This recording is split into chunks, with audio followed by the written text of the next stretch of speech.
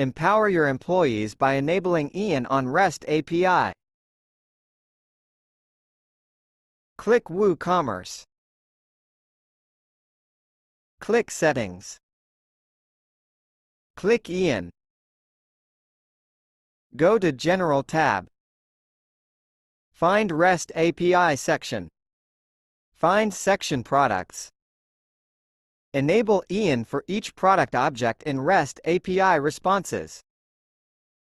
Search using the EAN or enable EAN search on the front end. Add EAN to each order object in REST API responses. Access a specific order URL. Enable Add EAN to New Order Items Meta option is enabled. Search using the given EAN. Confirm Add EAN to New Order Items Meta is activated. Click Save Changes. Thanks for watching this video.